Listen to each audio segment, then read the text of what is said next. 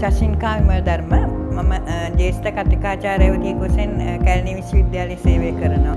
අද දින දේල්ගොඩ නාරංවල ප්‍රදේශයේ පිහිටි මගේ නිවස වජිරායතන විසින් ඉදි කරලා මට බාර දෙනවා. මූලික සැලසුම අපිට අවශ්‍ය ආකාරයට ඇඳලා ඒක සම්බන්ධීකරණ කටයුතු කිරීම වෙනුවෙන් මම ටිරුවන් මහතාට ස්තුතිවන්ත වෙනවා. විශේෂයෙන්ම මෙවැනි මාරාන්තික වසංගතයක් පවතින අවස්ථාවේදී ඉතාමත් ඉක්මනින් අපිට අවශ්‍යම ආකාරයට මේ වැඩ නිම කිරීමට කැපවීම සම්බන්ධයෙන් මගේ හෘදයාංගම ස්තුතිය කෝසල මහත්තයාට හිමි වෙනවා. ඒ වගේම වජිර ආයතනයේ කාර්ය මණ්ඩලයේ සියලු දෙනාටම මගේ ස්තුතිය හිමි වෙනවා.